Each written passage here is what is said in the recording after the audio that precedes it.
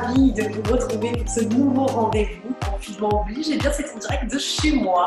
On va aller à la rencontre de Corse, d'amoureux de la Corse, d'artistes, de personnalités qui vivent ce confinement comme vous, mais ailleurs, dans le monde, aux États-Unis, en Italie, en Allemagne, vraiment partout, puisqu'on ne peut pas voyager en ce moment.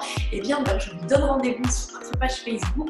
On va voyager ensemble et peut-être vous donner des idées pour découvrir tous ces pays une fois le confinement terminé. N'hésitez pas à interagir avec nous via nos réseaux sociaux. Aujourd'hui, direction la Californie. On va aller à la rencontre de Valérie Orson, qui est la coach des stars hollywoodiennes. Je vous propose un entretien avec elle.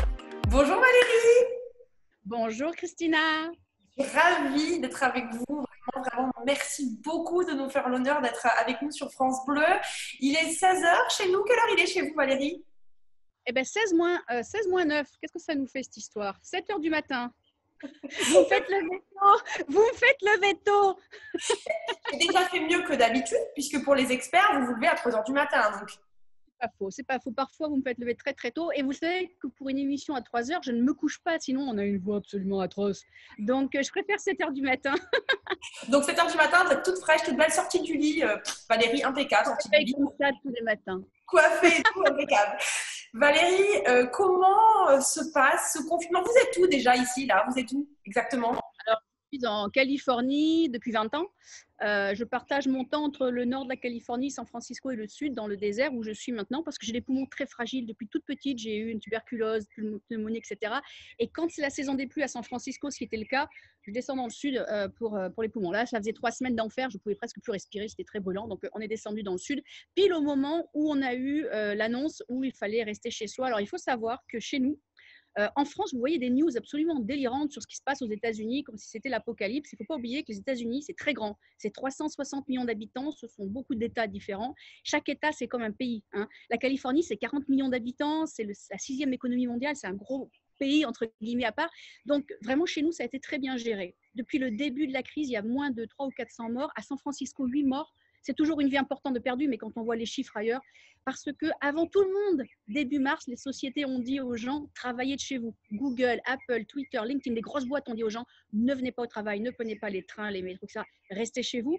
Donc, on avait 3 semaines d'avance et je pense que ça a joué. Les gens étaient très respectueux, contrairement à ce que j'ai vu comme vidéo sur Miami ou Los Angeles, où les gens allaient batifoler à la plage alors qu'on disait, restez chez vous, San Francisco. Et ici, à Palm Springs, les gens sont très sérieux.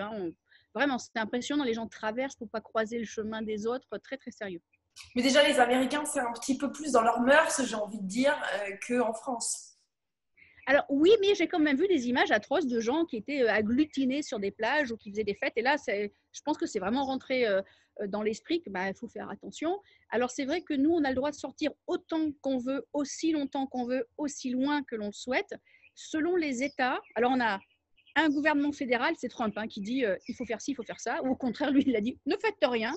Et après, chaque État décide. Et après, au niveau du comté, alors le comté, ça serait un peu le département, je dirais, d'autres décisions. Et après, au niveau de la ville, on a un patchwork de lois. Il faut être au pair au point pour savoir. Et ça change tous les jours. Pardon? Vous y retrouvez? Alors moi, je me dis que si je me fais arrêter demain, no English, no speak English, French only. Vous parlez corse, en fait. Voilà, je parlerai corse, c'est Christina qui m'apprend. Mais c'est vrai qu'ici, c'est pas toujours très clair. Mais cela dit, les gens, là où je suis, franchement, mais les jeunes, les vieux, les moins jeunes, les plus jeunes, tout le monde fait attention. Tout le monde fait attention. Alors, on le rappelle, vous êtes, je le disais tout à l'heure, vous êtes la coach des stars hollywoodiennes, mais pas que, puisque toutes vos bouts de campeuses sont vos stars à vous. Comment, Valérie, ça se passe? Ça a dû changer votre rythme quand même avec toutes ces stars. Comment vous faites? Vous faites du FaceTime aussi, comme ça? Vous coachez en FaceTime? Alors moi, je n'ai pas de Apple, j'ai un Mac, mais je n'ai pas de iPhone, donc pas de FaceTime pour moi, mais je fais WhatsApp et Zoom depuis toujours, donc j'ai pas découvert depuis le confinement. En même temps, ça fait 20 ans que toutes mes équipes et la majeure partie de mes clientes, on travaille en télétravail, donc aucun changement de ce côté-là. Je sais que les gens qui n'en ont pas l'habitude, c'est très difficile de tout à coup basculer dans le télétravail parce qu'on se fait un peu presser par tout le monde. Les patrons ont peur que vous ne fassiez rien quand vous travaillez de loin, donc c'est pas facile à gérer. Du coup, on travaille plus. Mais pour tout ce qui est cliente, on a toujours travaillé. Les gens sont tout le temps en voyage, donc pour moi, ça a toujours été très rarement en face-to-face, comme on dit. Ça a toujours été en. Elles aiment quand même vous avoir avec, hein. Pardon? Elles aiment quand même vous avoir avec elles, hein.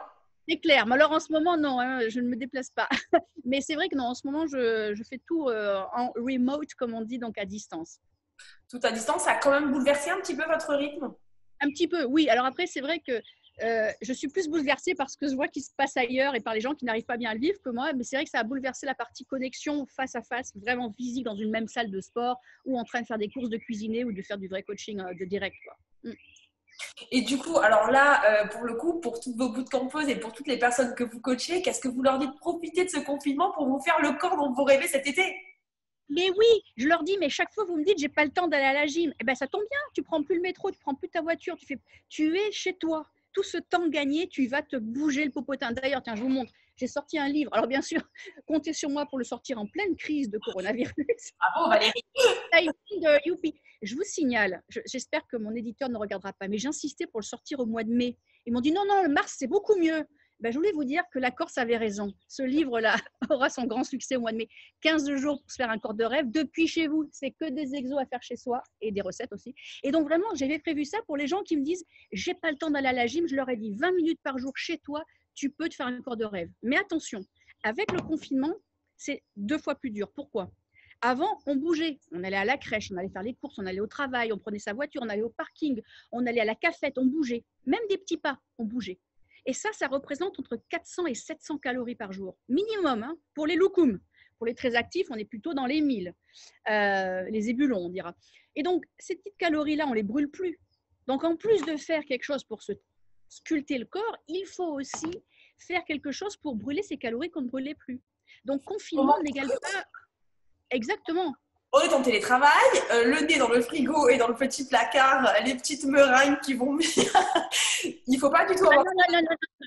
Non, déjà, il ne faut pas avoir de tentation chez soi. Parce que, en plus, quand on s'ennuie, on va dans le frigo. Vous mettez un cadenas sur le frigo, un gros cadenas, ou alors vous mettez sur le frigo, en travers, une photo de vous si vous êtes canon comme ça. Ça vous dira, tiens, si tu veux rester comme ça, ma cocotte, tu n'ouvres pas le frigo. Et si vous êtes en surpoids, vous prenez la photo de quelqu'un que vous aimez, vous mettez votre tête dessus, vous la mettez sur le frigo. Et à chaque fois que vous allez ouvrir, vous allez dire, ah, non, je ferme. Finalement, la glace à 4 heures, ça ne va pas le faire. Bon, et alors, tous ces apéros virtuels que je vois, Christina, tous ces apéros virtuels, mais arrêtez de vous goinfrer de saucissons à 19h tous les soirs. Déjà, vous ne bougez pas de la journée. On fait ça aux États-Unis aussi? Alors ici, oui, il y a des apéros virtuels, mais c'est pas l'apéro, c'est pas le truc standard. Hein. Les gens déjà ils grignotent tout le temps, ils n'ont pas besoin de ça en plus.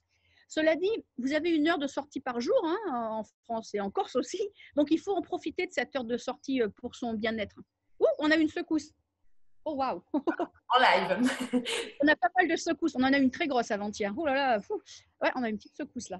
Qu'est-ce qu'on peut faire? Voilà, on est chez nous, dans notre cuisine, on est dehors en train de prendre un petit peu l'air. Qu'est-ce qu'on peut faire des petits exos comme ça qu'on pourrait faire justement pour se muscler, je sais pas, les bras, pour se muscler. Vous le dites toujours, on n'a pas besoin d'avoir plein de matériel à la maison. On peut faire avec tout ce qu'on a sous la main. Tout à fait. Alors, truc tout bête, hein, mais par exemple, vous êtes assis sur une chaise. Ben, moi, je suis sur une chaise. Vous aussi. Regardez, on est sur une chaise. Je baisse un peu. C'est la beauté de quand on se filme soi-même. Vous êtes comme ça. Vous vous prenez en appui sur vos bras et vous levez. Regardez. Hop. Ça fait travailler triceps. Là, je vais tout vous montrer mon jean. Vous faites ça sur votre chaise. Vous faites ça pendant 1 minute. 1 minute, c'est rien du tout. Il faut attendre. Et on en fait 30 de plus. Voilà. Ben, 30, vous êtes dur. Moi, je dis 5 en général. Un autre truc pour travailler les abdos assises en télétravail. Regardez, vous êtes assise. Vous levez vos genoux. Ils sont plus posés sur la chaise. Hein. Et vous levez les pieds. Vous baissez vos genoux, vous les montez comme ça. Je vous assure, ça engage à mort les abdos. 1 minute. 1 minute. Même pas les 30 en plus de Christina. Écoutez-moi, moi, la coach. 1 minute. Repos. Donc, vous m'avez arnaqué pendant tout ce temps, Valérie. C'est ça que vous êtes en train de dire. C'est ça. Non, mais Christina, elle a un menu spécial, un menu de stars. Les stars, c'est 30 de plus. Non, je rigole. Mais nous sommes toutes des stars. Et puis après, donc là, vous avez vu, on fait les abdos, les bras. Sérieusement, ça marche ce que je vous dis. Vous n'êtes pas obligé de souffrir. Valérie, on est assis toute la journée. Si on veut avoir des belles fesses cet été, bien musclées, et qu'est-ce qu'on peut faire? Eh bien, alors déjà, vous avez un truc tout bête. Regardez, vous êtes assis sur votre chaise. J'adore ma chaise finalement. Vous êtes assis sur votre chaise. Vous vous levez, vous restez assise comme ça et hop, vous vous rasseyez. Vous restez en appui, contractez les fessiers. Vous voyez? Hop, vous faites ça 1 minute. Pour pouvoir tenir cette position, vous êtes obligé de contracter les fessiers. La petite partie en dessous qui pendouille là, paf, ça contracte. Je vous assure, ça marche très bien. Ça marche très très bien. Et donc cet été, après le confinement, on pourra être au top et on pensera à cette vidéo, on aura dit, Valérie, merci pour tous ces petits conseils. Qu'est-ce que vous allez faire, Valérie, une fois le confinement levé, même si... D'ailleurs, il est strict le confinement chez vous, là, dans l'état où vous êtes? Alors, déjà, il dépend à nouveau État, comté, ville, donc ça dépend Ah oui, beaucoup. voilà. Déjà, on peut sortir autant de fois qu'on veut, aussi longtemps, aussi loin. On n'a pas de limite de temps et de durée, ni de... Non, il n'y a pas besoin de papier. La seule chose, c'est qu'on nous demande entre 2 et 3 mètres entre les personnes. Pour aller faire les courses dans les magasins, il y a des barres par terre dessinées pour ne pas dépasser, pour qu'on ne soit pas agglutiné à l'entrée du magasin, donc 2 mètres entre chaque personne. Dans les boutiques, les gros, même les supermarchés, pas plus de 20 ou 50 personnes, c'est trop bizarre. On est tout seul dans le magasin. On vous vaporise les petites poignées du caddie quand vous arrivez, on vous vaporise les mains quand vous sortez. Donc vraiment, il y a vraiment toute une culture qui s'est installée, mais les gens ne sont pas inquiets. C'est assez intéressant quand on les voit dans la rue, ils ne sont pas oh là là. Donc, non, il faut. Enfin, c'est différent, mais je pense qu'ici, il y a ce côté, on me dit de le faire, je vais le faire, parce qu'ils ont l'habitude, je pense, d'être un peu, peut-être pas soumis, mais de respecter peut-être les choses, je ne sais pas, j'ai l'impression. Et qu'est-ce que vous allez faire justement quand ce confinement sera levé? Est-ce que vous venez nous rendre visite en Corse cet été? Je sais que vous aimez bien venir ici. Vous Christina, j'étais censée venir là au mois de mars. C'est oui, un peu tombé à l'eau. En fait, en juin, je suis censée aller faire l'ascension du Denali McKinley en Alaska, c'est à 6200 mètres, pour m'entraîner pour l'Antarctique. Hein. En décembre, je vais aller faire le pôle sud à ski et l'Antarctique, le Mount Vincent, qui est la montagne la plus haute là-bas. Donc, normalement, en juin, j'espère pouvoir y aller, mais ça sent très mauvais puisqu'ici, on vient de nous annoncer que l'équivalent du confinement est repoussé jusqu'au 3 mai et possiblement jusqu'au 20 mai.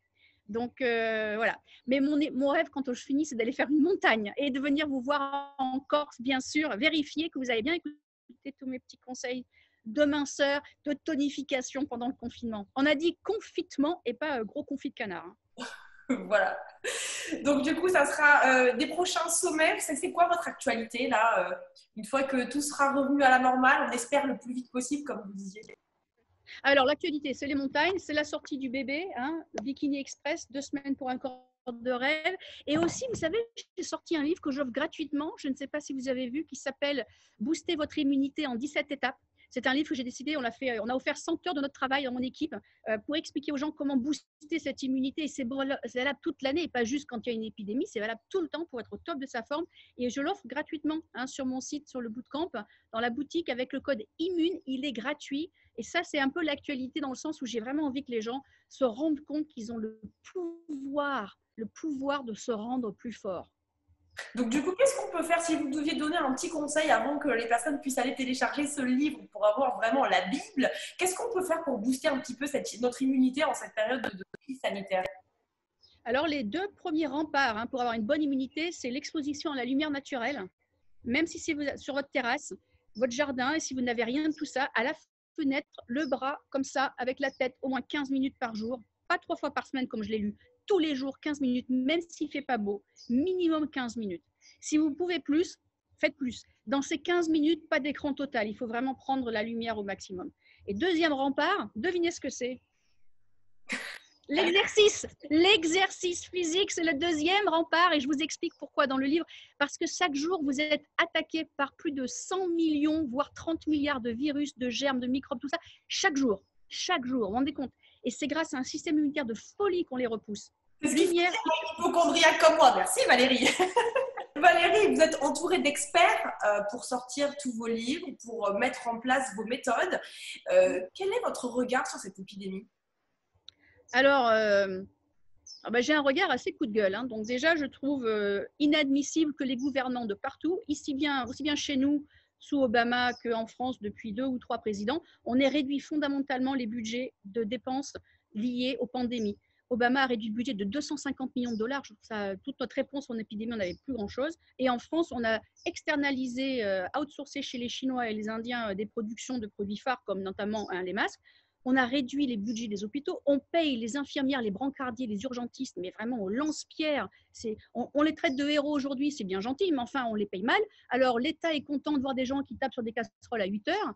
Eux, ils préféraient avoir leur casserole remplie, hein, les gens qui bossent dans le médical. Donc, je trouve qu'on les traite comme des héros au niveau verbal, mais pas au niveau financier, au niveau moyen. J'aimerais bien que cette crise, ça ne soit pas juste le temps de la crise, mais qu'après, on prenne le temps de, être prêt pour les prochaines, hein, parce que le monde est de plus en plus peuplé, il y en aura de plus en plus, mais surtout qu'on traite ces gens bien mieux. Coup de gueule, pourquoi est-ce que les gouvernements ont mis autant de temps à réagir?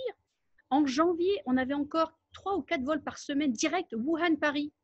Mais tu les arrêtes début janvier, les vols. Déjà en janvier, je mettais un masque pour voyager. Je suis venue en France, je suis passée encore sur un petit coucou. Et je me rappelle, j'avais un masque et l'hôtesse de l'air sur Air France s'était moquée de moi. On était 2 dans l'avion en avoir un. Et l'autre type l'a enlevé, genre j'ai honte quand même, tout le monde se moque de moi. Moi, je l'ai gardé super longtemps. Et au bout d'un moment, j'avoue, j'ai cédé à la pression des 200 passagers qui me regardaient bizarrement. Je l'ai enlevé. Et en fait, je me dis, ben, j'avais raison. Et je ne comprends pas qu'on ait mis autant de temps à réagir au niveau des gouvernements. Je me rappelle qu'en janvier, déjà, je me disais, mais ça va devenir énorme ce truc. Pourquoi ils font rien? Et je parlais à des gens autour de moi dans la politique ou autre qui me disaient, ou dans la santé, non, mais il faut attendre de voir. J'ai envie de dire, mais qu'est-ce que tu veux attendre? Fais quelque chose. D'ailleurs, tout le monde s'est moqué de Roselyne Bachelot, rappelez-vous, il y a quelques années, quand il y a eu cette épidémie de H1N1. Elle avait commandé plein de vaccins, soi-disant trop, et plein de masques. Je ne peux pas dire de faux chiffres, mais je crois que c'était 1,7 milliard, un chiffre énorme de masques. Tout le monde s'est moqué d'elle en disant qu'elle avait des intérêts financiers, qu'elle avait fait ça, qu'elle s'était trompée. Et elle n'arrêtait pas de dire, il vaut mieux être trop près que pas assez. Mais elle avait raison. Il vaut mieux avoir 1,7 milliard. Et quand on voit le peu de centaines de millions que coûte cette préparation contre les milliards qu'il faut sortir maintenant pour récupérer l'économie, même si c'était une histoire d'argent, mais si ces politiques étaient un peu plus penseurs dans le futur et non pas dans l'immédiat, ils se rendraient compte que c'est moins cher, 200 millions, que 10 trillards. Moi, je dis ça, je dis rien. Je ne suis pas en politique. Il y a en France un débat autour de la chloroquine. Est-ce qu'aux États-Unis, c'est administré tout de suite quand les personnes ont des signes? Comment ça se passe? Est-ce que le test est généralisé aux États-Unis? Non, alors chez nous, ça dépend, on a encore des États, il y a des endroits qui testent plus que d'autres. Hein. Par exemple, en Californie, c'est beaucoup plus testé que par exemple au Nord Dakota ou autre. Ça, c'est la première chose. Deuxième chose, pour ce qui est de la chloroquine et d'autres traitements, il y a beaucoup de tests en cours, notamment en BCG là, en ce moment. C'est pas hyper. Alors, il faut voir que chez nous, Donald Trump, notre cher président, n'est-ce pas, un jour a dit, comme ça, il raconte beaucoup de bêtises. Un jour, il dit vous savez, la chloroquine, c'est miraculeux. Si vous en avez, prenez-le. Je ne sais plus ce qu'il a dit, mais un truc du genre soignez-vous, quoi. Si bien que comme on en trouve un dérivé de cette chose-là dans un produit de nettoyage d'aquarium, on a des Américains qui se sont dit tiens, je vais boire le liquide de mon aquarium. Bon, ils sont morts, hein, c'est pas rigolo parce que comme quoi il faut pas faire n'importe quoi, il faut pas s'auto-médicamenter. Non, bien entendu. C'est ce que j'explique dans mon e-book, mon bouquin sur comment booster votre immunité. Je parle des dangers qu'on voit sur les réseaux sociaux et je liste les 7 ou 8 informations à éviter. La chloroquine, moi, je ne suis pas médecin, donc je ne veux surtout pas dire aux gens prenez-en ou n'en prenez pas. Non, bien sûr, ce n'est pas le débat. Parce que ici, c'est administré très tard dans la maladie, ça ne peut être administré qu'en milieu hospitalier. Est-ce que chez vous, est-ce que les médecins libéraux, par exemple, ont le droit d'en prescrire aujourd'hui? Alors, j'avoue que je ne sais pas dans tous les États. Certains États, oui, certains États, non. Il faut savoir que j'ai regardé beaucoup le professeur Raoult pour comprendre ce qu'il essayait de dire. Lui, il disait qu'il fallait la prendre très tôt et pas trop tard et avec 2 autres médicaments. Donc, c'est vrai que si on fait un tiers du protocole au mauvais moment, j'imagine que les résultats ne vont pas être bons. Et là encore, je ne suis pas médecin. À titre personnel, j'en ai que je ne prendrai pas seule. Si jamais j'ai un problème, je l'emmènerai avec moi aux urgences, des fois qu'il y ait une rupture. Il faut toujours être prêt. En Amérique, vous savez, des fois, on a un super système de santé, mais je me dis au cas où, si mon assurance maladie fait faillite, vu qu'ici c'est toujours très compliqué, je trouve que c'est une bonne piste à écouter. Je pense que la haine qu'il y a lieu sur ce sujet envers le spécialiste était un petit peu dépassée. Je trouvais que ce bonhomme, qu'il ait tort ou raison, en tout cas, essayer de faire bouger les choses. Et bon, peut-être que grâce à lui, ça bougera, ou dans un sens ou dans un autre, je ne sais pas. Bon ben Valérie, merci beaucoup de nous avoir accordé tout ce temps. Vous allez faire quoi aujourd'hui? Alors, ce matin, j'ai couru, mais j'ai horreur de courir. Mais comme je suis dans un endroit perdu, je suis allée courir 13 km et je me suis dépassée. Pour moi, c'est énorme. Hein. Pour ceux qui courent 25 ou 40, ils vont dire mais pour moi, c'est un marathon, quoi. Aujourd'hui, je vais faire des cours de Medi-Yoga que je donne. Vous savez, 3 fois par semaine, un cours pour apprendre aux gens à se détendre et apprendre à méditer très facilement. Pour en ce moment. Voilà, on a besoin en ce moment. Donc, du Medi-Yoga. J'ai beaucoup travaillé, je travaille sur un autre livre qui sera mon 41e qui sortira en fin mai, début juin. Et puis, vous savez, j'ai un petit truc secret sur le côté, j'ai écrit des romans très romantiques en anglais et j'ai décidé de finir un de ces romans dans les jours qui viennent. Donc, je vais m'y atteler. Donc, sous un autre nom. Ne le cherchez pas sous le nom Valérie Orson, vous ne le trouverez pas. Valérie, un confinement où vous bossez, hein, on voit votre énergie, vous la mettez vraiment à profit, j'ai envie de dire, et toujours avec le sourire et toujours pour donner du punch à tout le monde. Et donc, je vous invite vraiment à consulter, à vous suivre sur les réseaux sociaux parce qu'on en a besoin en ce moment. On a besoin de sourire, on a besoin de bonne humeur. Et Est-ce que vous avez fait ma vidéo canard? votre vidéo canard, bien entendu, avec votre super tenue et votre belle casquette, je l'ai vu, bien entendu. Mais on a besoin en ce moment de cette bonne humeur et de cette énergie qui est communicative chez vous, Valérie. Vraiment, merci beaucoup d'avoir été avec nous cet après-midi. Je vous fais de gros bisous puisqu'on a le droit par le. On a le droit. On viendra peut-être vous refaire un petit coucou, savoir un petit peu comment la situation évolue aux États-Unis, savoir si vous êtes encore en Californie ou si vous avez bougé d'endroit. Et puis, on attend de vous voir en Corse très vite. J'ai hâte de venir et de progresser en Corse grâce au cours de Christina. Je vous fais de gros bisous, Valérie. Au revoir, je vous embrasse tous. Au revoir. France Bleu, 100% solidaire.